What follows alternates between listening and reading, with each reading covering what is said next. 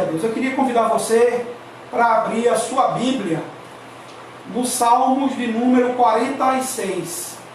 Salmos de número 46. A epígrafe da minha Bíblia, que é aquele texto em negrito que tem em cima, diz assim: Deus é o nosso refúgio e fortaleza. Tá? Eu queria hoje trazer um tema para a exposição ou a meditação deste salmo, que tem por tema: Deus é refúgio para quem confia nele. Vou repetir: Deus é refúgio para quem nele confia. Louvado seja o nome de Jesus. Amém, queridos? Espero que você já tenha aberto sua Bíblia. Nós vamos fazer uma leitura do Salmo de número 46. Vamos ler o Salmo todo, tá? Diz assim: Deus é o nosso refúgio e fortaleza, socorro bem presente nas tribulações. Portanto, não temeremos, ainda que a terra se transtorne e os montes se abalem no seio dos mares, ainda que as águas tumultuem e espumejem, e na sua fúria os montes se estremeçam. Há um rio cujas correntes alegra a cidade de Deus, o santuário das moradas do Altíssimo. Deus está no meio dela, jamais será abalada. Deus a ajudará desde até manhã. Bramam as nações, reinos se abalam. Ele faz ouvir a sua voz e a terra se dissolve. O Senhor dos exércitos está conosco. O Deus de Jacó é o nosso refúgio. Vinde, contemplai as obras do Senhor, que assolações efetuou na terra. Ele põe o termo à guerra até os confins do mundo. Quebra o arco e despedaça a lança. Queima os carros no fogo. Versículo de número 10. Aquietai-vos e sabeis que eu sou Deus. Sou exaltado entre as nações. Sou exaltado na terra. O Senhor dos exércitos está conosco. O Deus de Jacó é o nosso refúgio. Glória a Deus. Amém? Feche seus olhos. Vamos orar nesta noite, pedindo a Deus que nos auxilie para a compreensão da sua palavra. Santo Deus, neste momento que louvamos, que agradecemos pelo privilégio que temos de estarmos aqui reunidos de forma em que o Teu Espírito Santo fala aos nossos corações, Pai. Vai, neste momento, tocando em cada mente, em cada coração, tirando toda a preocupação e tudo aquilo que possa ter permeado o nosso dia hoje, de tal forma que a nossa vida neste momento esteja concentrada naquilo que o Senhor quer falar, Senhor. Nos ajuda em tudo aquilo que nós lemos, para que a gente venha compreender e tirar lições para a nossa vida, Senhor, neste momento difícil.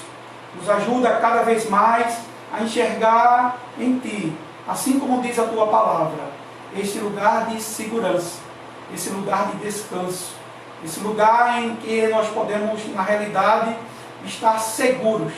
Em nome de Jesus e para a glória de Jesus, eu já te louvo e te agradeço. Amém. Amém, queridos? É interessante que, ao estudar esse salmo,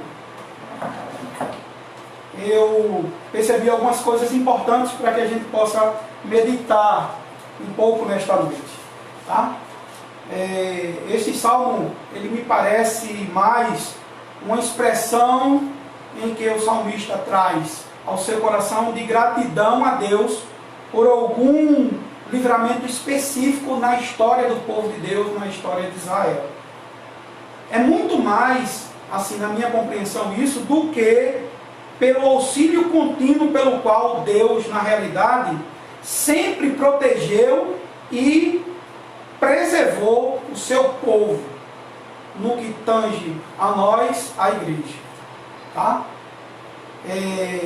cheguei a essa conclusão tomando como informações alguns comentários que me levaram a ver que essa passagem tem no seu contexto um acontecimento histórico que aconteceu ao povo de Judá, ao povo de Jerusalém, quando o exército assírio, na realidade, tentou invadir Jerusalém e tomar Jerusalém como posse sua. É possível, e alguns comentaristas chegam a essa conclusão, é possível que o uso desse salmo se refira exatamente à cidade de Jerusalém, quando ela foi golpeada por algum terror, ou ela estava exposta a algum perigo. E ao observarmos essa passagem de 2 Reis, não é? A gente pode perceber que ela foi preservada, contrariando todas as expectativas de um exército numeroso que estava para invadir e de um povo pacífico que era o povo de Deus. E essa expectativa foi contrariada por Deus no povo inimigo pelo inesperado e miraculoso poder de Deus. Uma coisa a gente pode entender diante da situação que nós não temos o controle. Há uma coisa que a gente deve ter em mente como povo da aliança, como povo de Deus. E há uma coisa que todos aqueles que estão, na realidade, assistindo, que ainda não têm uma íntima relação com Deus pela leitura da sua palavra, pela entrega voluntária da sua vida em confiança total a Deus, possa buscar essa confiança total no Deus que pode todas as coisas. Por quê? Porque assim como diz o salmista, esse Deus é o Deus que é a nossa fortaleza, é o Deus aonde nós podemos nos refugiar. O salmista, ele enaltece um livramento tão significante concedido por Deus. Ele exorta os fiéis a se entregarem confiando destemidamente a Deus como seu guardião e seu protetor. E é assim que deve estar o nosso coração, descansando em Deus, entendendo que Deus, Ele nunca, mas nunca deixou seu povo desassistido. Mas em toda a história da narrativa bíblica, em toda a história da igreja, no Novo Testamento, Deus sempre foi aquele que protegeu e preservou aqueles a qual Ele tomou para si. Louvado seja o nome de Jesus. Esse salmo, ele concentra-se única e exclusivamente na pessoa de Deus e em quem Ele é para aqueles que nele confiam. E é sobre isso que eu queria falar nesta noite. Quem é Deus para aquele que nele confia? O salmo, claro, vai nos ajudar a entender quem Deus é. Tá? Se você perceber o versículo 1, vai dizer que Deus é refúgio e fortaleza. Portanto, daqui nós podemos tirar uma verdade a respeito da nossa relação com Deus. O salmista conhecia muito bem isso. Alguns comentaristas dizem que é o próprio povo de Deus, o próprio profeta, salmodiando esse cântico, mediante a vitória que Deus deu a Israel neste período de conflito e guerra, sem o povo de Israel levantar uma arma sequer. A confiança estava plena no Senhor, apesar das tentativas de fazer com que aquele povo ficasse temeroso. Se você pegar o livro de 2 Reis, você vai poder perceber, por exemplo, que o rei inimigo, que estava em eminência para invadir a cidade de Jerusalém, ele manda um emissário, um mensageiro, levando uma proposta, tentando amedrontar o exército de Deus. Mas ele não sabia que esta luta, ela não precisava ser lutada por aquele exército, mas ela ia ser lutada pelo Senhor dos Exércitos. Essa é a nossa segurança, essa é a nossa fortaleza, esse é o nosso refúgio. Então quem é Deus para aquele que nele confia? Deus é a nossa fortaleza. Versículos 1 ao 3, você vai ter exatamente a expressão da leitura desta verdade, que diz assim: Deus é o nosso refúgio e fortaleza, socorro bem presente na hora da tribulação. Portanto, não temeremos, ainda que a terra se transtorne e os montes se abalem no seio dos mares, ainda que as águas tumultuem e espumejam, e na sua fúria os montes se estremeçam. Porque não devemos temer, porque Deus é a nossa fortaleza. Algumas coisas importantes a respeito deste abrigo que é Deus. A palavra traduzida aqui, o refúgio, no versículo 1, significa um abrigo, significa uma rocha de refúgio. Esse termo declara que Deus é um refúgio e abrigo para o seu povo, quando tudo ao seu redor parece estar desmoronando. Talvez isso seja muito peculiar a cada um de nós neste momento em que nós estamos atravessando. Talvez as notícias que temos tido nesses últimos dias tenham caído como algumas coisas ao nosso redor desmoronando. Emprego perdendo, a possibilidade de vislumbrar um futuro adiante dos nossos olhos, assim, por intermédio da visão de uma calamidade, não é? Em todas as questões da nossa existência no momento. Mas eu preciso entender que Deus está conosco. Não precisamos temer. Ele é a nossa fortaleza. Louvado seja o nome de Jesus. Ainda que tudo pareça estar desmoronando. Portanto, Ele não nos protege, e entenda isso, a fim de fazer de nós meninos mimados. Tá certo? Porque poderíamos pensar, e por que Deus deixa acontecer tudo isso? Não é? E de repente, como um pai que tem um super zelo pelo seu filho, não é? Que enclausura e coloca o filho numa bolha, faz com que o filho não, as circunstâncias que o cercam, não possa vir a trazer a ele problema nenhum. Deus é a nossa fortaleza, Ele nos protege, mas não a fim de nos mimar. Antes, Ele nos abriga com o propósito de nos fortalecer para encararmos em meio à vida as suas responsabilidades e perigos. Porque, irmãos, como que você acha que diante da realidade do mundo em que nós vivemos, que é um mundo caído, a gente pode viver imune a todas as coisas que acontecem neste mundo? Tendo nós ainda uma natureza caída, é claro que essas coisas vão nos atingir. É claro que vão nos atingir. Porém, Deus permite que isso aconteça para que a gente possa entender que a vida cobra as suas responsabilidades e perigos. Nós somos responsáveis e devemos guiar a nossa vida segundo aquilo que Deus nos dá como refúgio e proteção. Ele é fortaleza para quem nele confia.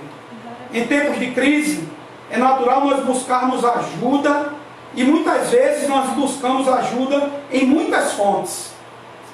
Porém, devemos buscar ajuda no Senhor e crermos que somente nele deve estar depositado a nossa confiança. Ele é um socorro bem presente, como diz o salmista, na hora da tribulação. Ele opera em nosso favor quando há no nosso coração uma disposição, e essa disposição é relacional, não é, de confiarmos nele. Assim como diz Mateus 13, versículo 58. Eu não vou ler para não tomar muito seu tempo, mas você pode ler aí na sua casa, Mateus 13, 58. Entenda uma coisa, assim como diz o salmista, a terra ela pode mudar, as montanhas elas podem ser arremessadas violentamente no mar, podem vir maremotos, terremotos, mas todas estas coisas, todas elas estão sob o controle do Senhor e soberano Deus.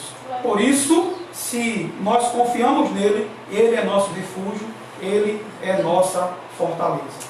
Portanto, ainda que você esteja encarando e encerrado num canto e incapaz de sair dessa situação, como muitas vezes nós estamos dessa forma, não é?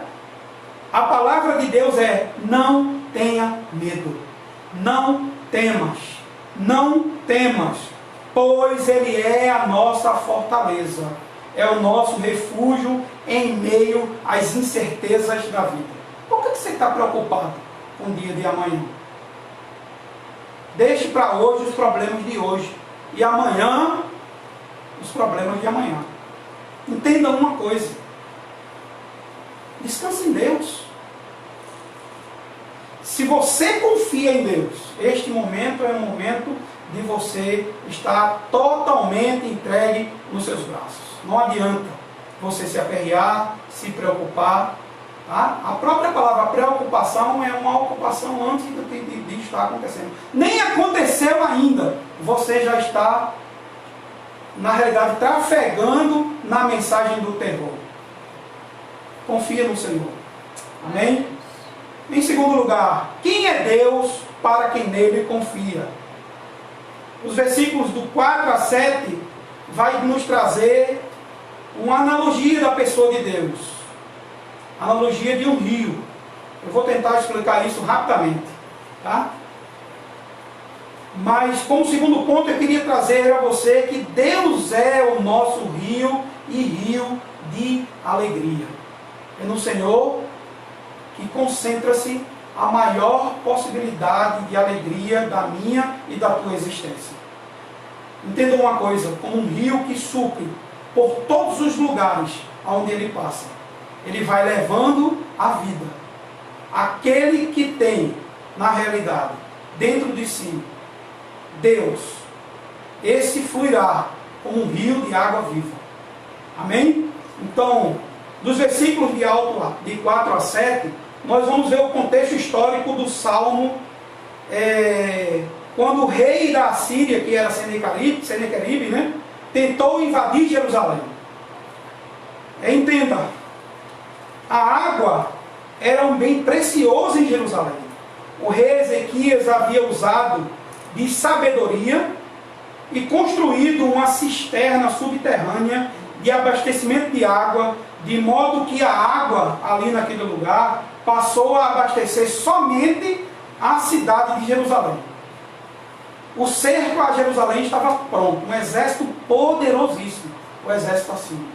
A água era uma das fontes de subsistência do povo. O povo estava dentro da fortaleza, que era a muralha que separava a cidade do pátio de fora da cidade. Ezequias teve uma ideia. A ideia foi, na realidade, construir um muro isolando a água para que os assírios que estavam lá fora não tivessem acesso à água. Tá certo? E essa ação de Ezequias foi uma ação completamente divina. Não é? Foi exatamente isso que aconteceu. Quando o povo de Jerusalém, em 2 Reis,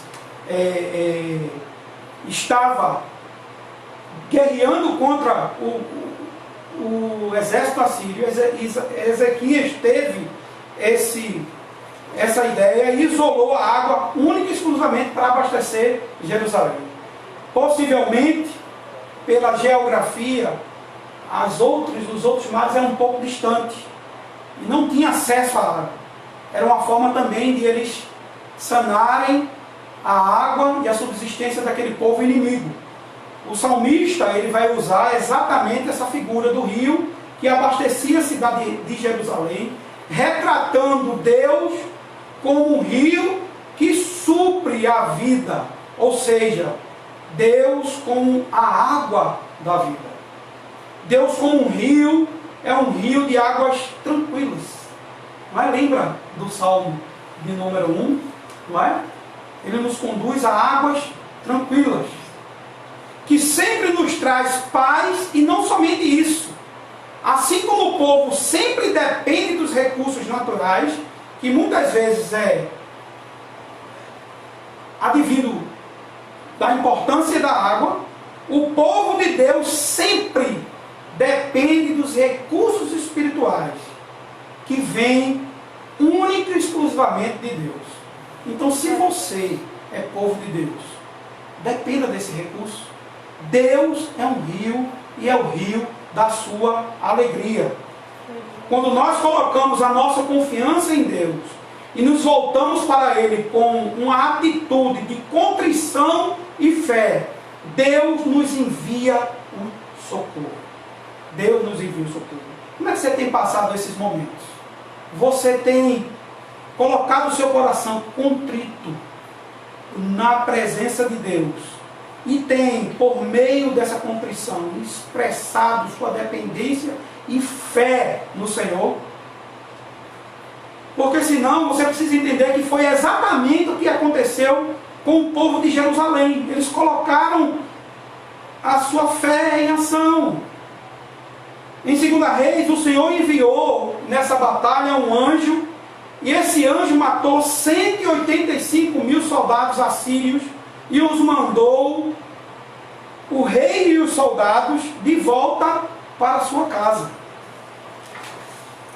para a Síria. Louvado seja Deus.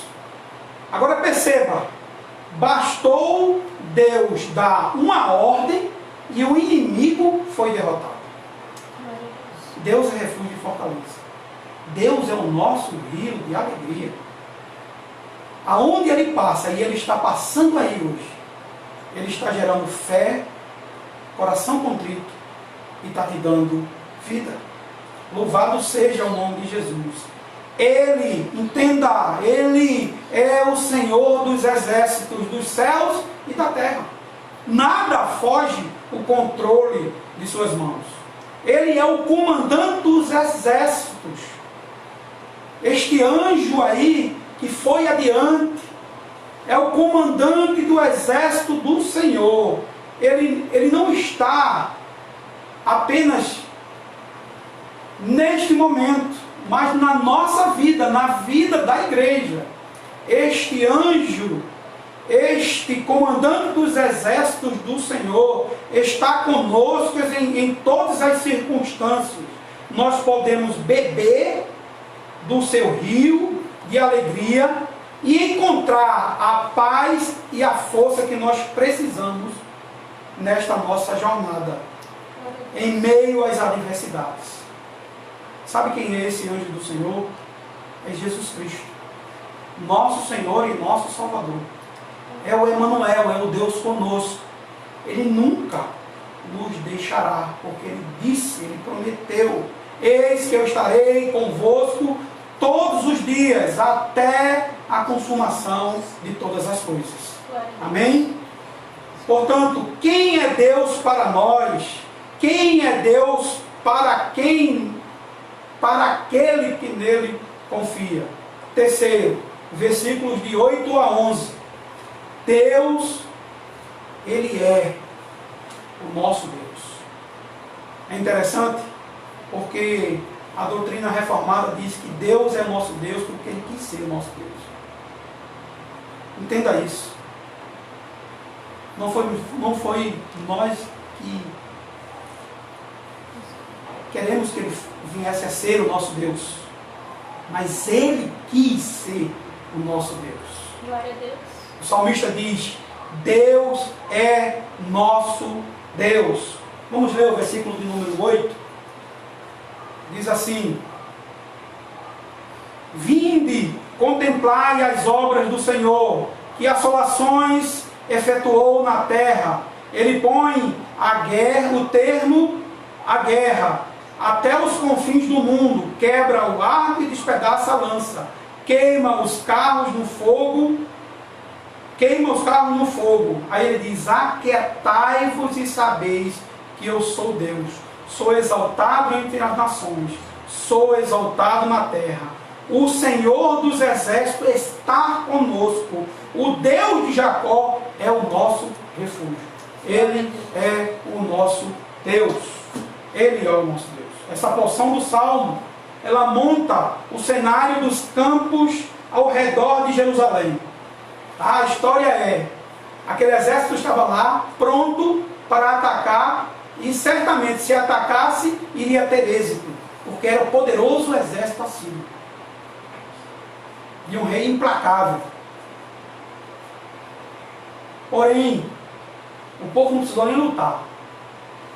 A água foi escassa para o exército assírio.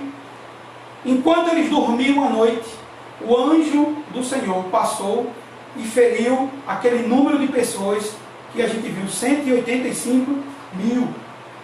Olha que numeroso povo. E deixou os cadáveres ali, naquele pátio, para que o povo de Deus contemplasse, como diz o versículo 8. Contemplasse aquilo que foi feito por Deus. Então esta porção, ela monta exatamente esse cenário, que aqui está ao redor de Jerusalém. Os soldados assírios estão mortos, suas armas e os seus equipamentos espalhados e quebrados. Não havia ocorrido batalha alguma, mas o anjo do Senhor deixara esses vestígios a fim de estimular a fé do povo de Deus. O versículo 8 diz: vinde e contemplai as obras do Senhor, que assolações efetuou na terra. O Senhor derrotou e desarmou os seus inimigos e destruiu as suas armas, de modo que não podiam mais atacar. Só tinha um caminho para eles: regressar para casa. O versículo 10 diz exatamente isso. Nos traz um grande ensinamento. Pois Deus diz: aquietai-vos e sabeis que eu sou Deus. Glória a Deus.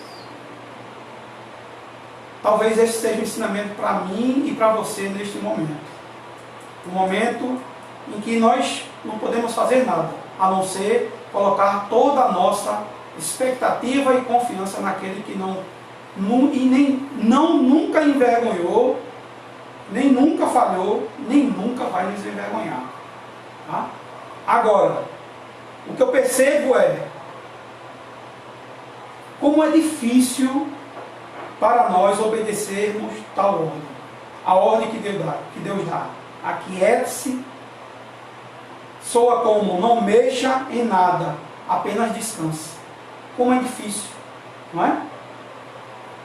Obedecer tais ordens, pois nós estamos acostumados a dirigir a nossa vida da nossa maneira. Essa que é a grande verdade. Mas Deus, Ele é Deus. E nós não passamos de quê? De simples servos do Senhor. Precisamos orar como Ezequias orou, lá em 2 Reis 19:19. Ele diz: agora, pois, ó Senhor, nosso Deus, livra-nos das mãos dos inimigos, para que todos os reinos da terra saibam que só Tu és o Senhor. Oh, glória!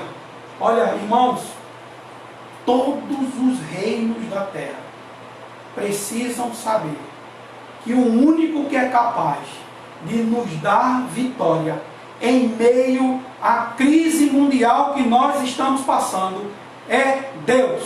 É Deus. Só Ele pode. Só Ele. Então não coloque suas expectativas no humano. Coloque suas expectativas naquele que pode resolver todas as coisas, que é Deus. Louvado seja e engrandecido seja o nome do Senhor. Há um momento, na realidade, em que nós temos que ficar calados, quietos, sem mexer em nada, só assistindo Deus trabalhar e esperando o nosso momento. Por quê? Porque com certeza o nosso momento vai chegar. Eu e você, que já fomos alcançados pelo poder do Evangelho, que mudou, que transformou, que evidencia o poder de Deus na nossa vida, precisamos entender que chegará o nosso momento como servos do Senhor de agir, porque é o momento certo de nós agirmos. Mas até que chegue essa hora, nós devemos deixar que Deus trabalhe livremente a seu tempo e ao seu modo. Entenda, você é servo, eu sou servo. Você que nos escuta, que professa outra fé, entenda uma coisa, existe um Deus que trafega acima de outros deuses. Se assim a gente pode dizer que existem outros deuses. Mas com respeito à sua fé, eu quero lhe dizer que existe um Deus que ele é todo poderoso. E ele tem o controle de toda a situação em suas mãos. Nós precisamos apenas, como servos de Deus, porque Deus fala com os seus servos, apenas descansar e ver e entender o trabalhar de Deus. Entender para saber qual é a hora e como Deus espera que a gente age. Louvado seja Deus. Entenda isso. Deus permite que fiquemos em aperto para que a nossa fé ela venha a crescer e Ele, Deus, seja exaltado. É assim que tem acontecido na vida de muita gente. Mesmo sem pandemia, mesmo sem nada, momentos de dificuldades que acontecem na nossa vida que a gente enxerga, que nós não somos nada, mas quando as coisas acontecem a nosso favor, o nome de Deus é exaltado. Louvado seja o nome de Jesus. Isso acontece para que os olhos altivos dos homens, eles sejam abatidos e sua altivez seja humilhada, pois só o Senhor será exaltado. Só o Senhor será exaltado. Amém? Eu quero concluir com 3 aplicações. A primeira é: aqueles que descansam em Deus e põem nele sua confiança, realmente podem gloriar-se. Gloriar-se em Deus. Aqueles que descansam em Deus e põem em Deus a sua confiança, realmente podem gloriar-se. Pois jamais se desfalecerão em meio às adversidades, porque estarão supridos, seguros e protegidos por Deus. Mas serão preservados e em segurança em meio ao mundo que está em declínio. Entenda isso, crente. Você vive num mundo caído. Você vive num mundo caído. Este mundo está em declínio. Tem suas horas contadas. Que hora é? Não sei, mas Deus sabe. Louvado seja Deus. Segunda aplicação. Saiba, assim como um rio, por onde passa, traz vida, saiba de uma coisa: Deus é o seu rio, aquele que supre a sua vida com a água da vida. Jesus disse: eu sou a água da vida. Amém? Terceiro, só a graça de Deus, e unicamente a graça de Deus, para mim e para você, é suficiente. Nós não precisamos mais de nada. Só a graça de Deus.